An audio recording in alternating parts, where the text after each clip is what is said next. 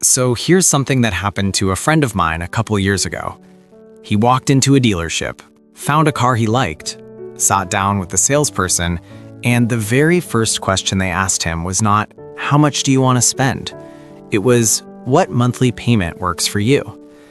And my friend thought about it for a second, said maybe $600, and just like that, the conversation moved forward.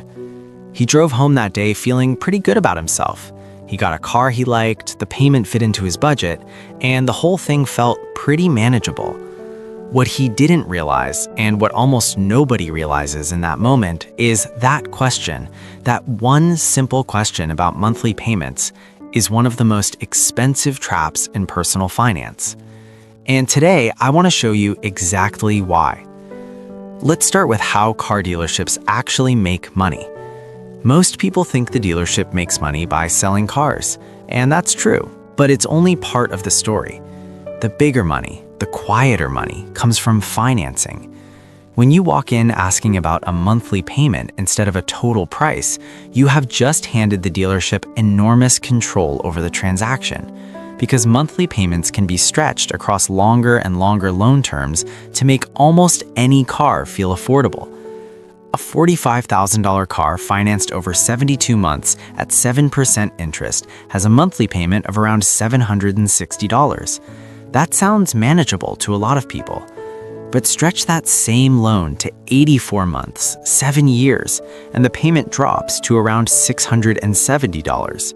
Same car, same interest rate, but now you're paying for it for 7 years, and the total interest you'll pay over that period climbs to over $11,000. The dealership wins either way. You're just choosing how long you lose. Now, here's the part that makes the car payment trap genuinely dangerous, and it's something most people never actually sit down and calculate. Cars depreciate. They lose value constantly from the moment you drive them off the lot. A brand new car loses somewhere between 15 and 20% of its value in the first year alone. On a $40,000 vehicle, that's $6,000 to $8,000 of value gone in 12 months. Not because anything broke, not because you were careless with it, just because of how the used car market works. So here's what that actually means in practice. If you financed $40,000, made payments for a year, and then needed to sell the car, you might owe $36,000 on the loan, but the car is only worth $32,000 on the market. That gap, owing more than the car is worth, is called being underwater. And it's not a rare situation. It's the default starting position for most new car purchases. And dealerships know this, which is why they are very happy to roll your negative equity from your old loan directly into your new one when you come back to upgrade.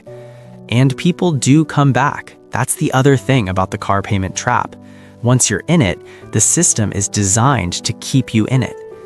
The average car loan in America is now around 6 years, and the average person trades in their car before the loan is done, which means they're constantly rolling old debt into new debt, starting the depreciation clock over again, adding interest on top of interest. There are people in this country who have had a car payment for 20 consecutive years and never once stopped to add up what that actually cost them. If you ran the numbers, $700 a month for 20 years, that's $168,000 sent to lenders for vehicles that are now worth a fraction of what was paid for them. Here's the opportunity cost side of this, and I want you to actually sit with this number for a second. $700 a month invested consistently in a broad index fund at the historical average market return would grow to roughly $48,000 over 5 years. Over 10 years, it becomes over $115,000. Over 20 years, the same 20 years someone might carry a car payment, it would be approaching $350,000.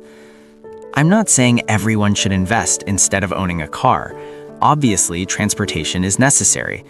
What I'm saying is that the way most people buy cars, financing new vehicles, rolling over negative equity, and treating the car payment as a permanent feature of adult life, has a cost that extends far beyond the sticker price. And that cost is measured not just in dollars paid to lenders, but in wealth that never got built. So what does the alternative actually look like? It's less complicated than most people expect. The core idea is to buy used instead of new. Ideally, a car that is 2 to 4 years old, which means it has already absorbed the steepest depreciation drop. A car that sold new for $35,000 3 years ago might be available used for around $20,000 to $22,000, and mechanically, it's often still within its reliable lifespan. If you can buy that in cash, great. No interest, no monthly payment, and a freed up cash flow that can go towards something that actually builds wealth.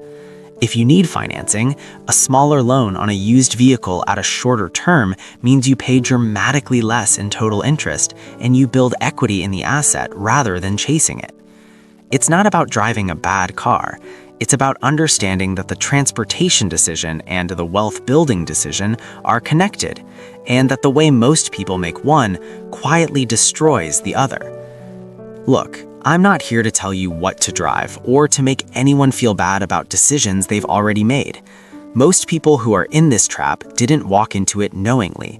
They walked in because it felt normal, because everyone around them was doing the same thing, and because nobody ever laid out the full math in a way that was easy to see.